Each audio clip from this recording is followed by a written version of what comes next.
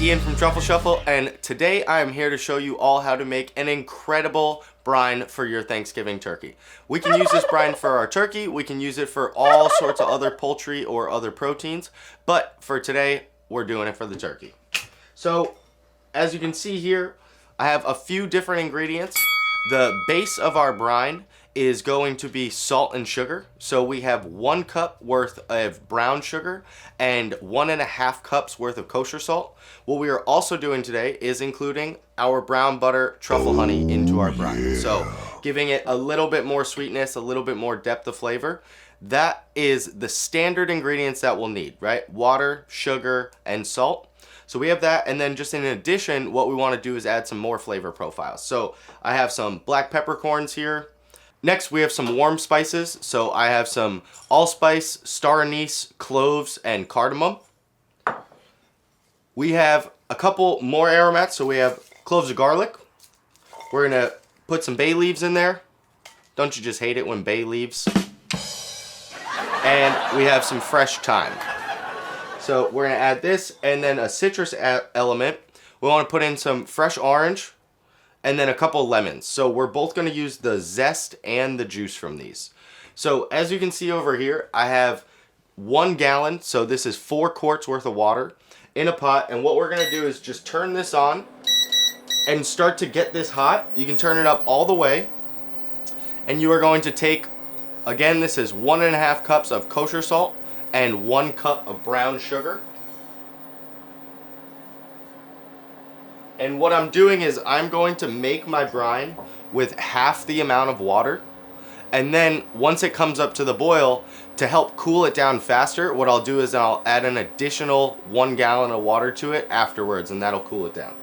So we have our salt and sugar in there. Next, I'm gonna add my truffle honey. So let's open this up, get a spoon or a fork, and we are going to add the whole jar in there.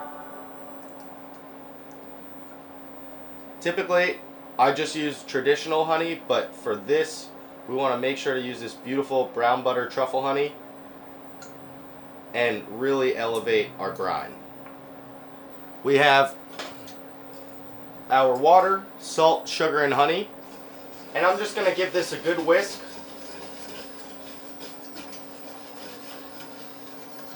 And just start to have that salt and sugar incorporate.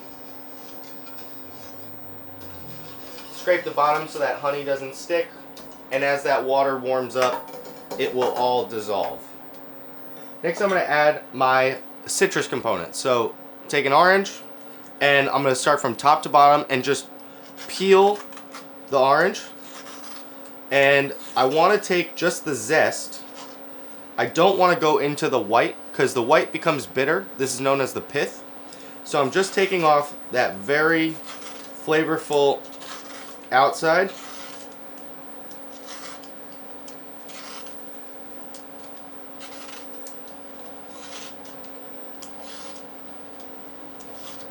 So 1 nice large orange.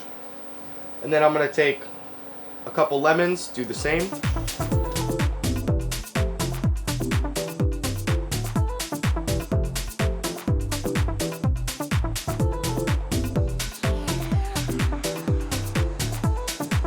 And the whole point of a brine, what we are trying to do is remove and replace the natural water content, whether it's in our turkey, a chicken, if we do this with a piece of steak or a piece of pork, or even fish. You can even brine vegetables. But what you're doing is you're replacing the natural water content in that with the flavorful brine that we are creating. So it's a bit of osmosis going on. And we are going to take our zest, add it in, and when you're brining something, it depends on how long you want to brine it for. For the larger the protein is, or the larger the item is, you are going to brine it for a longer amount of time. So for our turkey, we're going to brine it for 3 days. If you were to do a chicken or a smaller bird, it would be maybe 24 hours, or even a quail would be, 6 to 8 hours. I'm also going to take the juice. So we'll cut our citrus in half. And I'm going to add all of the juice into our brine as this is starting to come up to a boil. Try and avoid any seeds going in there.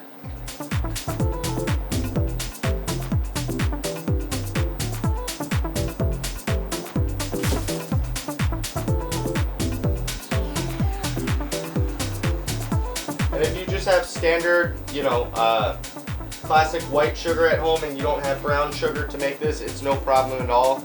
Brown sugar just adds a little bit more of that molassesy flavor to it, a little bit darker, more rich of a flavor. But white sugar will work just as well.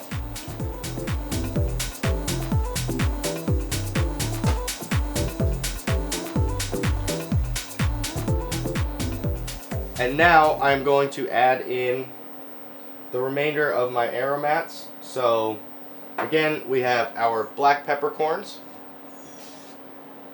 We have cardamom, allspice, clove, and a little bit of star anise. And then I have a good handful of cloves of garlic, which are going to go in there. Some bay leaves, which I'm just going to snap those. Just kind of rip them a little bit. And then our one bunch of fresh thyme. And what we're going to do is allow this to come up to the boil. And as soon as it comes up to the boil and that sugar and salt are completely dissolved, we are able to take it off the heat. And at that point, what will happen is all of these flavors that we just added in there are going to start to steep in there like a tea. We have all of our ingredients in the pot right now. Give it just a couple minutes, let it come up to the boil, and then again, I have an additional 1 gallon of water that we are going to add to this and combine all together. And that way, I am able to heat all my ingredients up, I'm able to infuse all the flavors, and also cool it down quickly, okay?